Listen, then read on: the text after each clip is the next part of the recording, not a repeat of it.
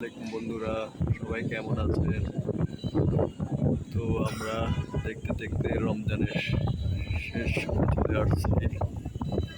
তো আপনাদের রোজার মাস কেমন কাটলো সকলে কমেন্টে জানাবেন, শেয়ার করবেন। এই রমজান মাস অনেক শান্তির। আগামীবার আমরা রমজান পাবো কিনা জানি না। তো সকলে রমজান মাস কেমন কাটালেন জানাবেন। চারিদিকে কত সুন্দর।